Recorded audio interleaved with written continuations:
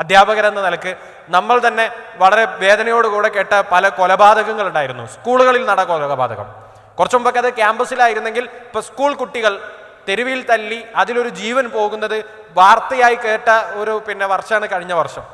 അതുപോലെ തന്നെ ഒരു യുവാവ് അവൻ്റെ ഉമ്മയെ അടക്കം പലരെയും കൊല്ലുകയും വധശ്രമം നടത്തുകയും ചെയ്തത് ഞെട്ടിക്കുന്നതോടുകൂടെ കേട്ട വർഷമാണ് പോയ വർഷം. ഇങ്ങനെ കണക്കുകൾ എടുത്താൽ, ഒരു ക്രൈം കണക്കുകൾ എടുത്താൽ നമ്മൾ പുരോഗമിക്കുകയാണോ അതോ പിന്നോട്ട് പോവുകയാണോ? ആ ഒരു ചോദ്യത്തിൻ്റെ ഉത്തരം കണ്ടെത്താൻ ഇപ്പൊ വിദ്യാർത്ഥികളിൽ വർദ്ധിച്ചു വരുന്ന ലഹരി ഉപയോഗത്തെക്കുറിച്ച് മാത്രം നമ്മൾ ചിന്തിച്ചാൽ മതി. ഇപ്പൊ നമുക്കൊന്നും മനസ്സിലാക്കാൻ പോലും കഴിയാത്ത, ലഹരി ഉപയോഗിച്ചാൽ അത് ഉപയോഗിച്ചു എന്ന് പോലും അവരുടെ ഫിസിക്കൽ സ്വഭാവം കൊണ്ട് മനസ്സിലാക്കാൻ കഴിയാത്ത രൂപത്തിലുള്ള ലഹരി ഉപയോഗം നടന്നുകൊണ്ടിരിക്കുന്ന കാലത്ത് നമ്മൾ എവിടെ പുരോഗമിച്ചു എന്നാണ് യഥാർത്ഥത്തിൽ നമ്മൾ പറയാൻ പറ്റുക. ഇവിടെ ഒറ്റൊരു കാര്യം കൂടെ കൂട്ടിച്ചേർത്ത് ഈ ചർച്ചയിലേക്ക് നമുക്ക് പൂർണ്ണമായും വരാം. കുറ്റകൃത്യങ്ങളെ കണക്കെടുക്കുമ്പോൾ തന്നെ ഏതെങ്കിലും നിലക്ക് ഈ കാര്യങ്ങൾ കേൾക്കുമ്പോൾ നമുക്കൊരു ഞെട്ടൽ പോലും പലപ്പോഴും ഉണ്ടാകുന്നില്ല എന്നതാണ് പ്രധാനപ്പെട്ട കാര്യം.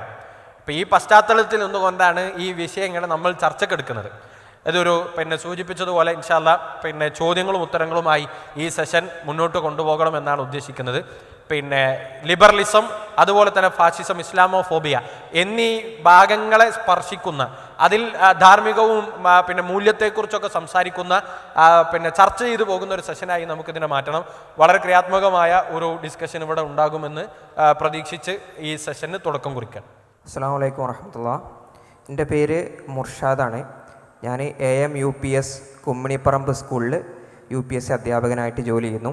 അപ്പോൾ എനിക്ക് ചോദിക്കാനുള്ളത് എന്താ വെച്ചാൽ, നമ്മൾ ഇപ്പോൾ ലിബറലിസവും അതുപോലെ പുരോഗമനവാദമൊക്കെ നമ്മൾ മതം പറയുന്നത് കൊണ്ട് മാത്രമല്ലേ ഇതിനെ എതിർക്കുന്നത്? അതുപോലെ തന്നെ ലിബറലിസമൊക്കെ ഓരോരുത്തരുടെ പേഴ്സണൽ ചോയ്സ് അല്ലേ, എന്തിനാണ് അത് എതിർക്കുന്നത്? അതുപോലെ പുതിയ സങ്കേതങ്ങളൊക്കെ ഉയർന്നു വരുന്നത് കൊണ്ട് തന്നെ പുരോഗമനവാദമൊക്കെ സ്വീകരിക്കുന്നതുകൊണ്ട് എന്താണ് അതിന് കുഴപ്പം? എന്താണ് മതം പറയുന്നതുകൊണ്ട് മാത്രമല്ലേ ഇതിനെ നമ്മൾ ലിബറലിസത്തെയും അതുപോലെ മതത്തിനെതിരാണ് എന്നതുകൊണ്ട് മാത്രമല്ലേ ഇതിനെ എതിർക്കുന്നത്? നമ്മുടെ വിഷയത്തിന് ഏറ്റവും കാതലായ ഒരു വശത്തേക്കാണ് നമ്മളെ ചർച്ച പോകുന്നത് തോന്നുന്നു. ലിബറലിസം എന്ന് പറയുന്നത് സത്യത്തിൽ അതൊരു വ്യക്തിയുടെ ചോയ്സ് അല്ലേ? അതുമല്ലെങ്കിൽ പുതിയ കാലത്തെ സാങ്കേതികതയൊക്കെ നമ്മൾ ഉപയോഗിക്കുക എന്നതാണല്ലോ ലിബറലിസം. അതിന് മതത്തിന് തൽപരമായ ചില കാര്യങ്ങൾ വരുന്നു എന്നതുകൊണ്ടല്ലേ നമ്മളതിനെ എതിർക്കുന്നത് എന്നാണ് ചോദ്യത്തിൻ്റെ ഒരു ക്രക്സ് എന്ന് മനസ്സിലാക്കാം. ഇവിടെ യഥാർത്ഥത്തിൽ ലിബറലിസം എന്നത് കേൾക്കുമ്പം ഇപ്പം ഇവിടെ തന്നെ നമ്മൾ ഇരിക്കുന്ന അധ്യാപകർ തന്നെ നമ്മൾ അതിൻ്റെ പല വശങ്ങളെക്കുറിച്ചും വളരെ കോൺഷ്യസ് ആയിരിക്കും. എന്നാൽ അതേസമയം എന്നെ അത് ബാധിച്ചിട്ടുണ്ടോ എന്ന് നമ്മൾ ചിന്തിച്ചാൽ, വ്യക്തിപരമായി ചിന്തിച്ചാൽ നമ്മളെ അത് എവിടെയെങ്കിലുമൊക്കെ ബാധിച്ചിട്ടുണ്ടോ എന്ന ചോദ്യത്തിൻ്റെ ഉത്തരം പലപ്പോഴും നമ്മൾ പറയാ ഇല്ല എന്നായിരിക്കും. ലിബറലിസം എന്നെ ബാധിച്ചിട്ടില്ല, അത് കുറെ പ്രശ്നങ്ങളൊക്കെ ഉണ്ടാക്കുന്നുണ്ട് എന്ന് മനസ്സിലാക്കുന്നവർക്ക് പോലും അത് നമ്മളെ ബാധിച്ചു എന്ന് ഒരു വിചാരത്തിലേക്ക് എത്തുന്നില്ല എന്നതാണ് കാര്യം. ഇവിടെ നമ്മൾ മനസ്സിലാക്കേണ്ട പ്രധാനപ്പെട്ട ഒരു കാര്യം, ലിബറലിസം മതമൂല്യങ്ങളെ ഇളക്കുന്നു എന്നത് ഒരു വലിയ പ്രശ്നമാണ്. എന്നാൽ അത് മാത്രമല്ല പ്രശ്നം. ഈ ലിബറലിസം മുന്നോട്ട് വെക്കുന്ന കാഴ്ചപ്പാട് എന്താണ്? അതൊരു ഇസം എന്ന് പറയുന്ന അതിൻ്റെ സൈദ്ധാന്തിക കാര്യങ്ങളൊക്കെ നമ്മൾ മാറ്റിവെക്കുക. ഇതെന്താണ് സമൂഹത്തിന് കൊടുക്കുന്ന ഏറ്റവും വലിയ മെസ്സേജ്? എന്തായി മാറണം എന്നതാണ് ഇതിലൂടെ കൊടുക്കുന്ന മെസ്സേജ് എന്ന ചോദ്യത്തിന് ഉത്തരം. ലിബറലിസം എപ്പോഴും പ്രൊമോട്ട് ചെയ്യുന്നത് ഇൻഡിവിജ്വലിസമാണ്. അഥവാ സമൂഹത്തിന് അവിടെ ഒരു പ്രസക്തിയില്ല, പ്രസക്തിയുള്ളത് വ്യക്തികൾക്കാണ് എന്നാണ് അവരുടെ കാഴ്ചപ്പാടിൽ അവർ വിശദീകരിക്കാൻ ശ്രമിക്കുന്നത്. അഥവാ ഒന്നുകൂടെ കൃത്യമായി പറഞ്ഞാൽ വ്യക്തിപരമായ സന്തോഷങ്ങൾക്കായിരിക്കണം എപ്പോഴും പ്രാമുഖ്യം കൊടുക്കേണ്ടത്. അപ്പം എൻ്റെ ഹാപ്പിനെസ്സിനാണ് ഞാൻ പ്രാമുഖ്യം കൊടുക്കേണ്ടത്. നിങ്ങൾ ഓരോരുത്തരും നമ്മളൊരു സമൂഹം എന്ന് പറയുന്ന ഒരു വിചാരം മാറ്റിവെച്ച് നമ്മുടെ ഓരോരുത്തരുടെയും ഒരു വ്യക്തിപരമായ കാര്യങ്ങളുടെ ഇഷ്ടാനിഷ്ടങ്ങൾക്കാണ് നമ്മൾ പ്രാധാന്യം കൊടുക്കേണ്ടത്. അപ്പം എനിക്ക് സന്തോഷം നൽകുന്ന ഈ വളരെ നൈമിഷിക സമയത്തേക്കെങ്കിലും എനിക്ക് സന്തോഷം നൽകുന്ന കാര്യങ്ങളെ ഞാൻ ആക്സെപ്റ്റ് ചെയ്ത് പോവുക എന്നതാണ് ഇത് ചുരുക്കി പറഞ്ഞാൽ പറഞ്ഞു വെക്കുന്ന കാര്യം. അപ്പം ഇതിൻ്റെ ഒരു അപകടം എന്ന് പറഞ്ഞാൽ നിങ്ങൾ ആലോചിച്ച് നോക്കും. ഇപ്പം ഇത് ഉണ്ടാക്കുന്ന ഒരു അപകടം എന്ന നിലക്ക് ഇവിടെ ഇരിക്കുന്ന നമ്മളെല്ലാവരും ഒരു തവണയെങ്കിലും ജീവിതത്തിൽ കേട്ടിരിക്കാൻ സാധ്യതയുള്ള ഡയലോഗാണ്. ഇപ്പം നമ്മളോട് കുട്ടികൾ പറയുന്നത് മാഷിൻ്റെ പണിയെടുത്താൽ മതി, വാപ്പൻ്റെ പണിയെടുക്കണ്ട എന്ന് പറയുന്നത് പറച്ചിൽ കൊണ്ടോ നോട്ടം കൊണ്ടോ അവരുടെ എഴുത്തുകൊണ്ടോ അവരുടെ ആറ്റിറ്റ്യൂഡ് കൊണ്ടോ ഇത് നേരിടാത്ത ഒരു അധ്യാപകരും ഈ കാലഘട്ടത്തിൽ ഉണ്ടാകാൻ സാധ്യതയില്ല. അത് നമ്മുടെയൊക്കെ ഒരു വേദനയാണ്. നമ്മളത് സ്റ്റാഫ് റൂമിൽ പങ്കുവെക്കും, നമ്മളത് വീട്ടിൽ പോയാൽ നമ്മുടെ കുടുംബത്തിൽ പങ്കുവെക്കും. എന്നാൽ ഇത് എവിടെ നിന്നാണ് വരുന്നത്? ഇനി ഈ കുട്ടിയുടെ ഒരു ചിന്താഗതി നമ്മൾ ആലോചിച്ചു. കുട്ടി പറയാണ് വാപ്പന്റെ പണി എടുത്താൽ മതി. ഇനി വാപ്പ ഈ കറക്റ്റീവ് മെഷേഴ്സ് എടുത്താൽ എന്തായിരിക്കും വാപ്പയോട് പറയാ? വാപ്പയോട് പറയും 1947 ഇന്ത്യക്ക് സ്വാതന്ത്ര്യം കിട്ടിയിട്ടുണ്ട്, ഇതൊക്കെ എൻ്റെ വ്യക്തിപരമായ കാര്യമാണ്, നിങ്ങൾ ഇടപെടണ്ടെന്നാണ് വാപ്പയോട് പറയുക. അപ്പൊ സത്യത്തിൽ ഈ മനോഭാവം കുട്ടികൾക്ക് എവിടെ നിന്നാണ് വരുന്നത്? ഇതുണ്ടാക്കുന്ന അപകടം എന്ന് പറയുന്നത് നമ്മൾ നേരിട്ട് അനുഭവിച്ചുകൊണ്ടിരിക്കുകയാണ്. ഇപ്പോൾ ഒരു കുട്ടി അധാർമികമെന്ന് കേരളത്തിൽ എല്ലാവരും, മതമുള്ളവരും ഇല്ലാത്തവരും എല്ലാവരും, കേരളത്തിൽ എല്ലാവരും ഉറച്ചു പറയുന്ന ഒരു കാര്യം ഉദാഹരണത്തിനെടുത്തിട്ട് നമ്മളൊന്ന് ആലോചിച്ച് നോക്കാം. ഈ കഞ്ചാവ് അടിക്കുന്ന ഒരു കുട്ടി, അത് അധാർമികമാണ് എന്ന് കേരളത്തിലെ എല്ലാ അധ്യാപകരും എല്ലാവരും മതമുള്ളവരും അല്ലാത്തവരൊക്കെ അംഗീകരിക്കുന്ന കാര്യമാണ്. എന്നാൽ ഈ വിഷയം പിന്നെ ഉപയോഗിക്കുന്ന ഒരു കുട്ടിയെ വിളിച്ചിട്ട് നമ്മൾ ഉപദേശിച്ചാൽ അവൻ ഈ മാനദണ്ഡത്തിൽ നമ്മളോട് മറുപടി പറഞ്ഞാൽ എങ്ങനെയായിരിക്കും അതിൻ്റെ അവസ്ഥ ഉണ്ടാകുക? അവൻ പറയാണ് എൻ്റെ സന്തോഷമാണ് എനിക്ക് പ്രധാനം, എൻ്റെ ശരീരം നശിച്ചോട്ടെ, എൻ്റെ കുടുംബത്തെക്കുറിച്ച് നിങ്ങൾ വേവലാതിപ്പെടേണ്ട കാര്യമില്ല എന്നൊരു ഉത്തരം വരുമ്പോൾ അത് അപകടമാണ്. ആ അപകടം പല നിലക്കുള്ള അധാർമിക പ്രവർത്തനങ്ങളിലേക്ക് ഇങ്ങനെ പിന്നെ വരുമ്പോൾ എല്ലാ സ്ഥലത്തും നമുക്ക് എന്താണ് നന്മ എന്താണ് തിന്മ എന്ന് വേർതിരിച്ച് മനസ്സിലാക്കി കൊടുക്കാനോ പറയാനോ കഴിയാത്ത, അതിർവരമ്പ് വരക്കാൻ കഴിയാത്ത രൂപത്തിൽ കുട്ടികൾക്കിടയിൽ ഈ മനോഭാവം ഉണ്ടാക്കി വെച്ചാൽ പിന്നെന്താ സംഭവിക്കുക? ഈ പറഞ്ഞതുപോലെ അരക്ഷിതാവസ്ഥ ഉണ്ടാകും. ഒരു നിലക്കും ഒരു കാര്യത്തെ തിന്മയാണെന്ന് പറയാൻ നമുക്ക് കഴിയില്ല. കാരണം തിന്മ എന്താണ് എന്ന് ചോദിച്ചാൽ അത് പൂർണ്ണമായും സബ്ജക്റ്റീവായ ഒരു കാര്യമായിരിക്കും. എനിക്ക് തിന്മയാകുന്നത് നിങ്ങൾക്ക് തിന്മയാകണമെന്നില്ല. ഒരു ക്ലാസ്സിലിരിക്കുന്ന 30 കുട്ടികൾക്ക് 30 കാര്യങ്ങൾ അത് നന്മയും തിന്മയും വളരെ വ്യത്യസ്തമായി വരുന്നു എന്ന് വന്നാൽ ഒരു സമൂഹത്തിന്റെ പരിരക്ഷയും അതിന്റെ കെട്ടുറപ്പും ഒക്കെ എവിടെ നിൽക്കുമെന്ന ചോദ്യത്തിന് നമുക്കൊരിക്കലും ഉത്തരം കണ്ടെത്താൻ കഴിയില്ല. അപ്പൊ അവിടെയാണ് ഇതൊരു മതത്തിന്റെ വിശ്വാസത്തൊക്കെ ഹനിക്കുന്നു എന്നത് മാത്രമല്ല, ഈ ബോധം സാർവത്രികമായാൽ എല്ലാവരും അംഗീകരിച്ചാൽ ഉണ്ടാകാൻ പോകുന്നത് അരക്ഷിതമായ ഒരു അവസ്ഥയും സമൂഹവുമായിരിക്കും എന്നുള്ളതാണ്. അതിലൊരു ചെറിയ ആഡിങ് തോന്നിയത് ആ ചോദ്യത്തിൽ വളരെ സുപ്രധാനമായിട്ടുള്ളൊരു കാര്യം, മതം എതിർക്കുന്നു എന്നുള്ളത് കൊണ്ടാണല്ലോ നമ്മൾ ഈ ലിബറലിസത്തെയൊക്കെ പറയുന്നത്, അല്ലെങ്കിൽ അതിനെ എതിർക്കുന്നത് എന്നുള്ളതാണല്ലോ. അതിൽ നമ്മൾ മനസ്സിലാക്കേണ്ടത് അവസാനം പറഞ്ഞൊരു പോയിന്റിലെ അതിൻ്റെ ഒരു ക്രക്സ് ഉണ്ട്. എന്താണെന്ന് വെച്ച് കഴിഞ്ഞാൽ, ഇപ്പോൾ ഒരു കുട്ടി പറയാണ് ഞാൻ കള്ളു കുടിക്കുന്നൊരു കുട്ടി പറയാണ്. അപ്പോൾ അവനോട് മതം ഒക്കെ മാറ്റിവെച്ചു. നമ്മുടെ മതത്തിൻ്റെ പിന്നെ നിർദ്ദേശങ്ങളുണ്ട്, കള്ളു കുടിക്കാൻ പാടില്ല, അത് ഹറാമാണ് എന്ന് പറയുന്ന നിർദ്ദേശങ്ങളൊക്കെ നമ്മൾ മാറ്റിവെച്ചിട്ട് അവനെ നമ്മൾ ഉപദേശിക്കാൻ എന്താ നമ്മൾ ഉപദേശിക്കുക? കള്ളു കുടിച്ചു കഴിഞ്ഞാൽ നിൻ്റെ ശരീരത്തിൽ ഇന്ന ഭാഗങ്ങൾക്ക് പ്രശ്നം ഉണ്ടാവും, കരളിന് പ്രശ്നം ഉണ്ടാവും, അല്ലെങ്കിൽ കിഡ്നിക്ക് പ്രശ്നം ഉണ്ടാവും, ഇങ്ങനെ കുറേ പ്രശ്നങ്ങൾ നമ്മൾ പറഞ്ഞു കൊടുക്കണം. അപ്പോൾ അവൻ തിരിച്ച് ചോദിക്കുകയാണ്, ഓക്കെ അങ്ങനെയൊക്കെ പ്രശ്നമുണ്ട് എന്നുള്ളത് ഞാൻ അംഗീകരിക്കാം, എന്നെ സംബന്ധിച്ചിടത്തോളം എനിക്കൊരു 20 വയസ്സ് മുതൽ 40 വയസ്സ് വരെ പരമാവധി ആസ്വദിക്കാനുള്ള ടൈമാണ്. ഞാൻ അങ്ങനെയാണ് വിശ്വസിക്കുന്നത്. എനിക്ക് പരമാവധി ആസ്വദിക്കുക എന്നുള്ളതാണ് എൻ്റെ ജീവിതത്തിൻ്റെ ലക്ഷ്യം. അപ്പോൾ അതുകൊണ്ട് ഞാൻ എന്ത് ചെയ്യാണ്? ഞാൻ കള്ളു കുടിക്കുകയാണ്. അതിന് 40 വയസ്സിനൊക്കെ ശേഷമല്ലേ നിങ്ങൾ ഈ പറയുന്ന ലിവർ സിറോസിസോ എന്താണെന്ന് വെച്ചാൽ അതിന് ശേഷമല്ലേ വരും. അപ്പോൾ ഞാൻ അതുവരെ പരമാവധി ആസ്വദിക്കുകയാണെന്ന് ഒരാൾ പറഞ്ഞു കഴിഞ്ഞാൽ പിന്നെ അവനോട് തിരിച്ചെന്താ നമ്മൾ പറയാം? ഒരു അധ്യാപകൻ എന്നുള്ള എനിക്ക് നമ്മൾ എന്താ പറയാം? അവിടെയാണ് ഈ ലിബറൽ ആയിട്ടുള്ളൊരു തോട്ട് പ്രോസസ്സ് എന്നുള്ളതാണ് പ്രശ്നം. ഇത് ഏതെങ്കിലും രീതിയിൽ ഓരോ വിഷയത്തിലും ലിബറലിസം എന്ത് പറയുന്നു എന്നുള്ളതല്ല, നമ്മുടെ ടോട്ടൽ ഒരു ഐഡിയോളജി, നമ്മുടെ ജീവിതത്തിൻ്റെ ഒരു വീക്ഷണം തന്നെ ലിബറലായി മാറുന്നു എന്നുള്ളതിൻ്റെ പ്രശ്നമാണത്. ഇതേപോലെ തന്നെ ഇത് ഈ ഒരു സമയത്ത് തോന്നിയൊരു കാര്യമാണ്, ടെക്നിക്കൽ ടീമിന് അത് കാണിക്കാൻ പറ്റുമെന്ന് വിചാരിക്കുകയാണ്. നമ്മൾ സാധാരണ പുതിയ കാലത്ത് പെൺകുട്ടികൾക്കിടയിൽ വിവാഹ പേടിയുണ്ട് എന്ന് പറയാറുണ്ടല്ലോ. പെൺകുട്ടികൾക്കിടയിൽ വിവാഹ പേടിയുണ്ട്, വിവാഹം കഴിക്കണ്ട എന്ന് പെൺകുട്ടികൾ പറയുന്നു എന്നുള്ളത് അധ്യാപകരായിട്ടുള്ള നമ്മളെ സംബന്ധിച്ചിടത്തോളം ഒരു പക്ഷേ നമ്മളൊക്കെ കേട്ടിട്ടുള്ളൊരു വിഷയമായിരിക്കും, കണ്ടിട്ടുള്ളൊരു വിഷയമായിരിക്കും. അതിൽ നോക്കൂ, നമ്മൾ പലപ്പോഴും വിചാരിക്കുന്നത് എന്തെന്ന് വെച്ച് കഴിഞ്ഞാൽ അതിനെന്താണ്, അതിന് കാരണം എന്താണ് നമ്മളിങ്ങനെ ചെകയാറുണ്ട്. അതിലൊരു ചെറിയ കണക്ക് ഞാൻ കാണിച്ചു തരാം. ഓക്കെ നോക്കൂ, ഇത് കേരളത്തിലുള്ള മാട്രിമോണിയൽ സൈറ്റുകൾ, അതിൽ കഴിഞ്ഞൊരു 2023 ഫെബ്രുവരി മുതൽ മാർച്ച് വരെയുള്ള ഒരു കണക്കാണ് കാണിച്ചിട്ടുള്ളത്. ഓക്കെ, രണ്ടാമത്തെ എടുത്തോളൂ. അതിൽ ഇതിൽ പിന്നെ ആദ്യത്തെ 2 കോളം ക്രിസ്ത്യൻ കമ്മ്യൂണിറ്റിയുമായി ബന്ധപ്പെട്ടാണ്. ക്രിസ്ത്യൻ കമ്മ്യൂണിറ്റിയിലുള്ള 20,919 ആൺകുട്ടികൾ മാട്രിമോണിയിൽ വെബ്സൈറ്റിൽ എന്ത് ചെയ്തു? രജിസ്റ്റർ ചെയ്തപ്പം 2,788 പെൺകുട്ടികൾ മാത്രമാണ് രജിസ്റ്റർ ചെയ്തത്. വിച്ച് മീൻസ് 86% ആൺകുട്ടികൾക്ക് പെൺകുട്ടികളെ കിട്ടാനില്ല. ഇത് ക്രിസ്ത്യൻ കമ്മ്യൂണിറ്റിൻ്റെ വിഷയം. ഇനി ഇത് ഹിന്ദു കമ്മ്യൂണിറ്റിൻ്റെ വിഷയം, അങ്ങേയറ്റത്ത് മുസ്ലിം കമ്മ്യൂണിറ്റിയുടെ വിഷയം കാണാൻ പറ്റും. ഞാൻ ഓരോന്നും വായിക്കുന്നില്ല. ഇതിന് പല കാരണങ്ങളുണ്ടാകും. മാട്രിമോണിയിൽ കൂടുതൽ പെൺകുട്ടികൾ രജിസ്റ്റർ ചെയ്യാത്തത് കൊണ്ടാകും, പല കാരണങ്ങളുണ്ടാകും. പക്ഷേ ഇതൊക്കെ സൂചിപ്പിക്കുന്നത് ഒരു വിവാഹ പേടി എന്ന് പറഞ്ഞിട്ടൊരു സംഗതി ഉണ്ട് എന്നുള്ളതാണ്. പലപ്പോഴും നമ്മൾ കേൾക്കാറുള്ള ഒരു സംഗതി എന്താണ്? നമ്മൾക്ക് ജോലി, പിന്നെ കരിയർ, കാര്യങ്ങളൊക്കെ കഴിഞ്ഞതിന് ശേഷം മതി വിവാഹം. അതിൻ്റെ പേരിൽ ഷോർട്ട് ഫിലിമുകൾ ഇറങ്ങാൻ, ഷോർട്ട് ഫിലിമുകളിൽ മില്യൺ വ്യൂസ് ഉള്ള ഷോർട്ട് ഫിലിമുകൾ യൂട്യൂബിൽ മലയാളത്തിൽ ഇറങ്ങാൻ, ആദ്യം ജോലി പിന്നെ വിവാഹം എന്ന പേരിൽ. അപ്പോൾ അത് കണ്ടിട്ട് നമ്മുടെ കുട്ടികൾ ഇൻഫ്ലുവൻസ് ആവുകയാണ്. ഇതിൻ്റെ ഇനി ഇത് ഓക്കെ, നമ്മൾ മതമൊക്കെ മാറ്റി വെക്കണേ. ഇപ്പോൾ ലിബറലിസം പറഞ്ഞത്, ലിബറലിസത്തിന് നമ്മൾ എതിർക്കുന്നത് മതം വെച്ചാണെന്നൊക്കെ പറയുന്നവരോട് നമ്മൾ മതമൊക്കെ മാറ്റി വെച്ചിട്ട് പ്യുവർ ബയോളജി വെച്ച് സംസാരിക്കാം. പ്യുവർ ബയോളജി വെച്ച് സംസാരിച്ച് കഴിഞ്ഞാൽ ഒരു സാധനം കൂടി ഞാൻ അയച്ചിട്ടുണ്ട്, അത് കാണിക്കാൻ പറ്റുമെന്ന് വിചാരിക്കുകയാണ്. പ്യുവർ ബയോളജി വെച്ച് സംസാരിക്കുകയാണെങ്കിൽ പെൺകുട്ടികളെ സംബന്ധിച്ചിടത്തോളം നമുക്കറിയാം, സ്ത്രീകൾക്ക് ഓരോ മാസവും മാസമുറ എന്ന് പറയും അല്ലേ, മെൻസ്ട്രുവേഷൻ ഉണ്ടാവും. ഈ മെൻസ്ട്രുവേഷനിൽ ഒരു എഗ്ഗാണ് റിലീസ് ചെയ്യുക, ഓവറിൽ നിന്ന് ഒരു എഗ്ഗ് റിലീസ് ചെയ്യും. ഈ എഗ്ഗ് റിലീസ് ചെയ്യുന്നിടത്ത് ഒരു 20 വയസ്സുള്ള ഒരു പ്യൂബർട്ടിക്ക് മുതൽ ഒരു 20 വയസ്സ് വരെയുള്ള ഒരു കുട്ടിയെ സംബന്ധിച്ചിടത്തോളം, പെൺകുട്ടിയെ സംബന്ധിച്ചിടത്തോളം അവരുടെ ശരീരത്തിൽ ഫൈനൈറ്റ് എഗ്സ് ഉണ്ടാവുക, ഒരു ഫൈനൈറ്റ് നമ്പർ ഓഫ് എഗ്സ് ഉണ്ടാവും. അതിൽ 3 ലക്ഷം എഗ്ഗുകൾ ഉണ്ട് എന്നാണ് പറയുക, ഗുഡ് ക്വാളിറ്റി എഗ്സ് എന്നാണ് പറയുക. ഇനി അതേ സാധനം ഒരു 35 വയസ്സൊക്കെ എത്തുമ്പോഴേക്ക് എന്താ സംഭവിച്ചത്? ആ എഗ്സ്, ആ ഒവേരിയൻ റിസർവ് എന്ന് പറയുന്നത് അതിൻ്റെ മെഡിക്കൽ ഭാഷയിൽ 25,000 ആയിട്ട് കുറഞ്ഞു. ഈ നമ്പർ കുറയുന്നു എന്നുള്ളത് മാത്രമല്ല, അതിൻ്റെ ക്വാളിറ്റിയും കുറഞ്ഞെന്ന് പറയും. ഈ നമ്പർ കുറയാന്ന് പറഞ്ഞു കഴിഞ്ഞാൽ കൺസെപ്ഷൻ, പ്രഗ്നൻസി ആവാനുള്ള ചാൻസ് കുറയുന്നതൊക്കെ പറയും. അപ്പോൾ ഇതെന്താ സൂചിപ്പിക്കുന്നതെന്ന് വെച്ച് കഴിഞ്ഞാൽ, നമ്മുടെ ബയോളജി തന്നെ നമ്മളോട് പറയുന്നൊരു കാര്യം എന്താണെന്ന് വെച്ച് കഴിഞ്ഞാൽ, നിങ്ങൾ നേരത്തെ വിവാഹം കഴിക്കുക എന്നുള്ളതാണ്. നമുക്ക് ഇവിടെ പിന്നെ പ്രാക്ടിക്കലായിട്ടുള്ള വിഷയങ്ങളും കാര്യങ്ങളൊക്കെ ഉണ്ടാവാം, അപ്പോഴും ബയോളജി പറയുന്നത് എന്താണ്? നിങ്ങൾ നേരത്തെ വിവാഹം കഴിക്കണം എന്നാണ്. അപ്പോൾ മതം വെച്ചിട്ട് മാത്രമാണോ ലിബറലിസത്തെ നമ്മൾ എതിർക്കുന്നതിൻ്റെ ചോദ്യത്തിൻ്റെ ഒരു ഉത്തരം അതാണെന്ന് തോന്നുന്നു.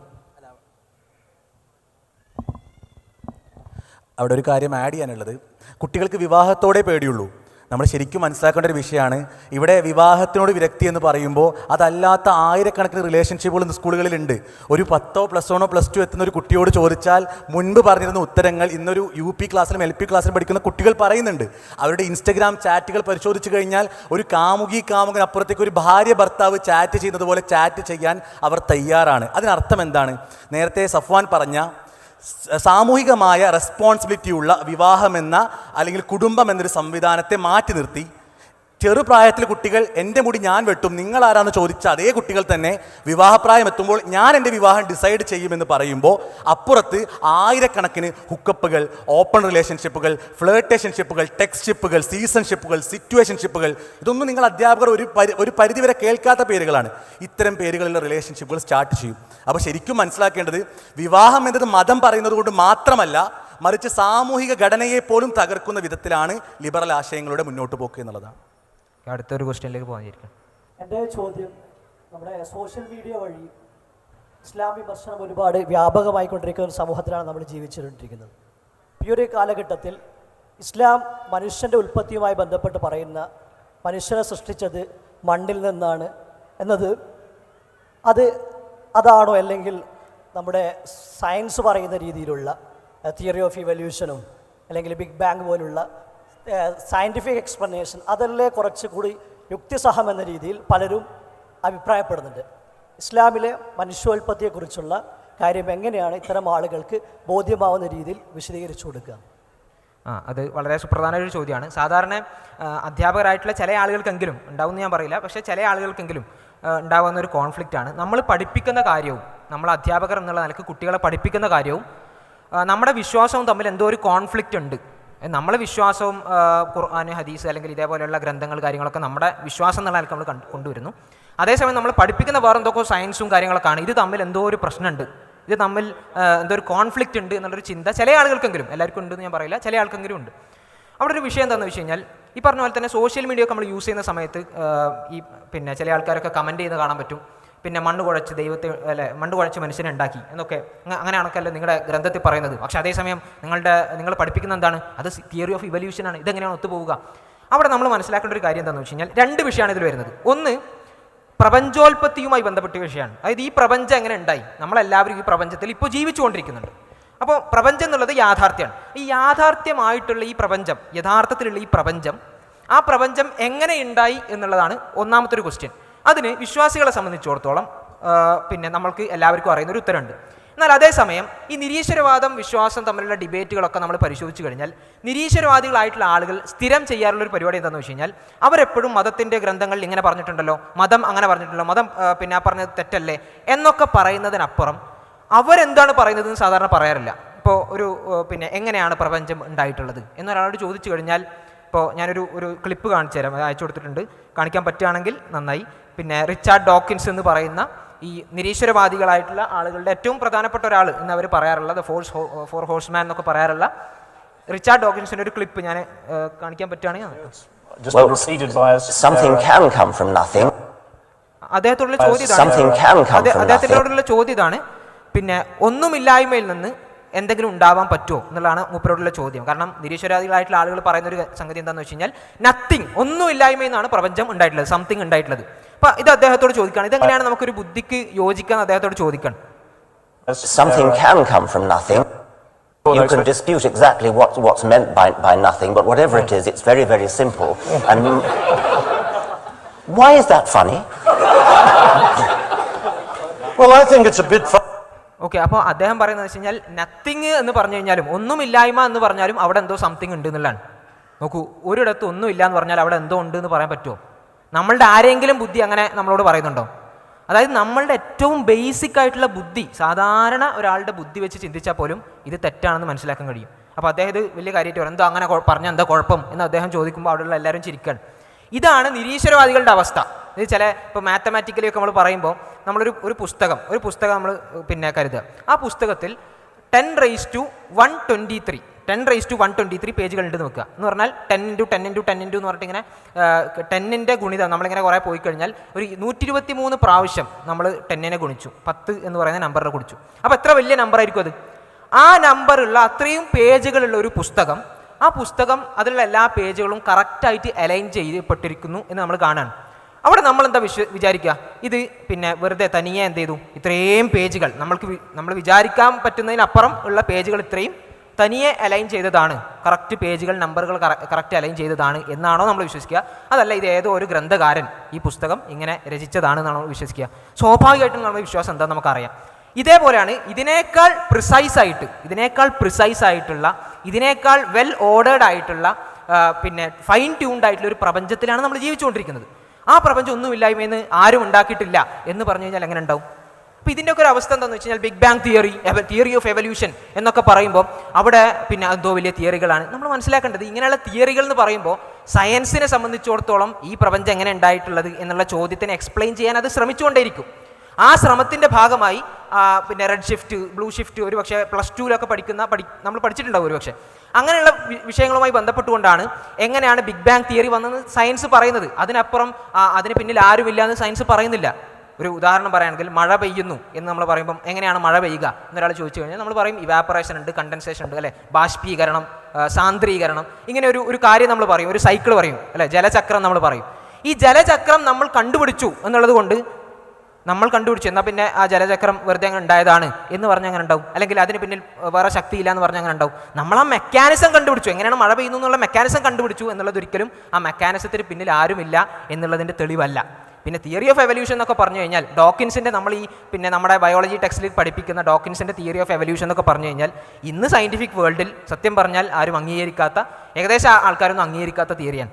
അതൊരു കഥ മാത്രമായിട്ടാണ് ആൾക്കാർ കാണുന്നത്. ഇവിടെ നമ്മൾ വലിയ കാര്യമായിട്ട് നമ്മുടെ പുസ്തകത്തിൽ പഠിപ്പിക്കുന്നുണ്ടാവാം, പക്ഷേ യഥാർത്ഥത്തിൽ ഒരിക്കലും നമ്മുടെ ഇന്നത്തെ സയൻറ്റിഫിക് വേൾഡിൽ അത് അംഗീകരിക്കുന്നില്ല. മാത്രമല്ല അതിന് തെളിവുകളായിട്ട് കൊണ്ടുവന്നത് പലപ്പോഴും പിന്നെ കള്ളത്തെളിവുകളായിരുന്നു. ഈ 1900-കളിലാണ് ചാൾസ് ഡോസൺ എന്ന് പറയുന്ന ഒരാൾ ഈ തിയറി ഓഫ് എവല്യൂഷന് വേണ്ടിയിട്ട് കള്ളത്തെളിവൊക്കെ കൊണ്ടുവന്നു. ഒരു എയ്പ്പിൻ്റെ, ഒരു ചിമ്പാൻസിയുടെ തലയോട്ടിയുടെ മുകൾ ഭാഗവും ഒരു മനുഷ്യൻ്റെ തലയോട്ടിയുടെ താഴ്ഭാഗവും ഒരുമിച്ച് ചേർത്ത് തെളിവ് ഉണ്ടാക്കിയിരിക്കുന്നു എന്നൊക്കെ പറയേണ്ടി വന്നു എന്ന് പറഞ്ഞു കഴിഞ്ഞാൽ അവർക്ക് യഥാർത്ഥത്തിൽ അതിന് തെളിവില്ല എന്നായിരുന്നു അർത്ഥം.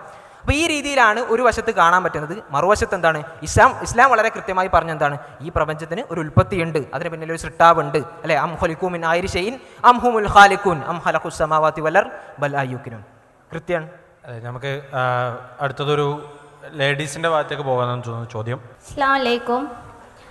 ഇന്നത്തെ കാലത്ത് ഏതൊരു കാര്യത്തിനും കുട്ടികളൊക്കെ ബേസായിട്ട് കാണുന്നത് ശാസ്ത്രത്തെയാണ്, അല്ലെങ്കിൽ അവർ റെഫറൻസ് ആയിട്ട് യൂസ് ചെയ്യുന്നത് സയൻസാണ്. കുട്ടികൾ തന്നെ പറയാറുണ്ട്, കാലമൊക്കെ മാറിയില്ല മിസ്സേ, എന്തിനാ നമ്മൾ മതം നോക്കണമെന്ന്. ഒരു സയൻസ് അധ്യാപകൻ അല്ലെങ്കിൽ അധ്യാപിക എന്ന നിലയിൽ നമ്മളുടെ ഉത്തരവാദിത്തം ശാസ്ത്രീയ ബോധമുള്ള കുട്ടികളെ വളർത്തുക എന്നുള്ളതാണ്. എന്ന ഒരു കാര്യത്തിൽ നമ്മുടെ മുന്നിൽ ശാസ്ത്രവും മതവും ഓപ്ഷനായിട്ട് വന്നാൽ നിങ്ങൾ ഏത് സെലക്ട് ചെയ്യും എന്ന് ചോദിച്ചാൽ നമ്മൾ എന്ത് ഉത്തരമാണ് പറയുക?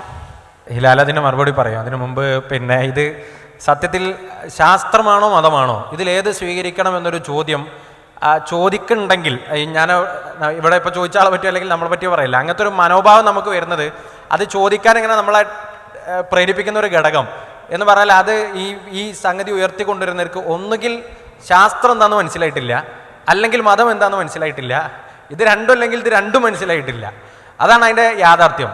ശാസ്ത്രം എന്ന് പറഞ്ഞാൽ അത് ഡീൽ ചെയ്യുന്നത് എന്താണ്? നമുക്ക് കാണാൻ പറ്റുന്ന അല്ലെങ്കിൽ നമുക്ക് അന്വേഷിക്കാൻ പറ്റുന്ന ഈ പ്രപഞ്ചത്തിലെ വ്യവസ്ഥകളെ കുറിച്ച് നമ്മൾ പഠിക്കുന്നു, അതിൻ്റെ ഈ പറഞ്ഞതുപോലെയുള്ള തിയറികളിലേക്ക് നമ്മൾ എത്തുന്നു.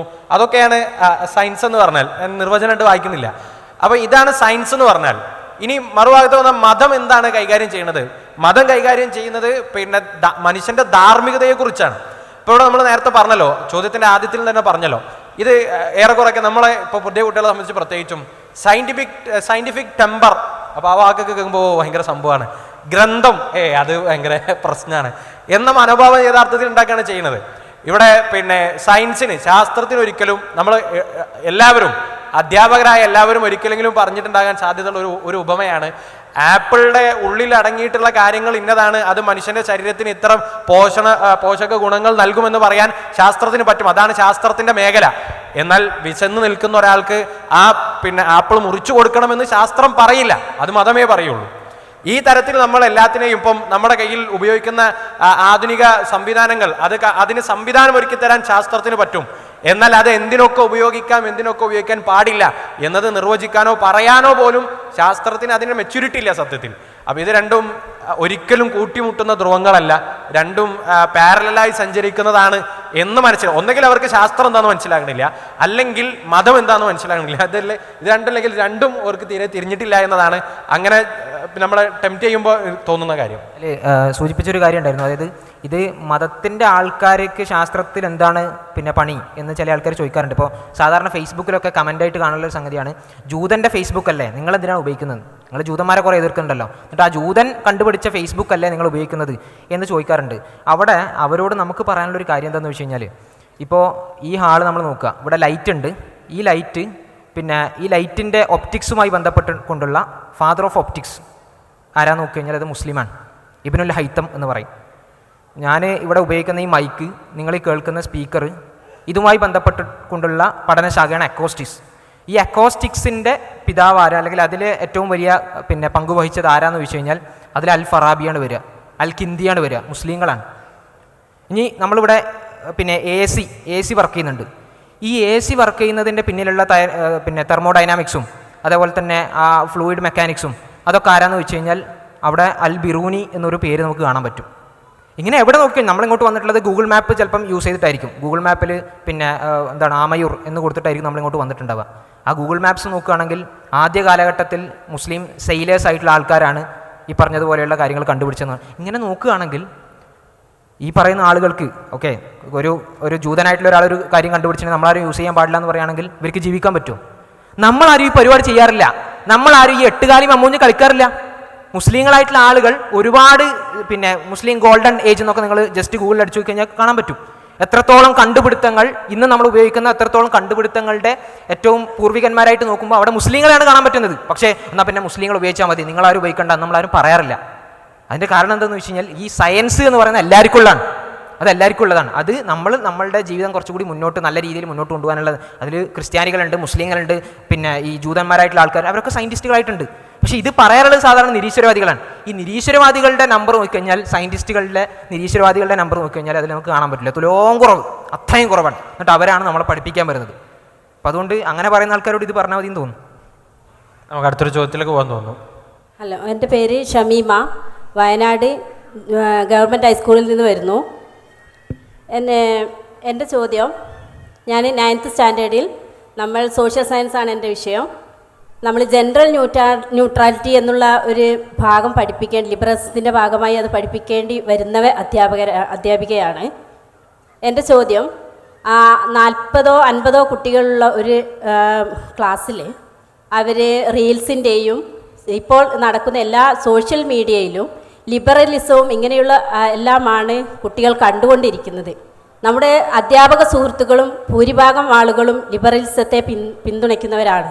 ഈ സാഹചര്യത്തിൽ നമ്മൾ കുറച്ച് വ്യക്തികൾ കൊണ്ട് ഇതിൽ നിന്ന് മാറ്റം ഉണ്ടാകുമോ? നമ്മൾ കുട്ടികളോട് ആ 50 കുട്ടികളിൽ 1-2 കുട്ടികൾ മാത്രമേ ചിലപ്പോൾ ഇതിനെ എതിർത്ത് നിൽക്കുന്നവരുണ്ടാവുകയുള്ളൂ.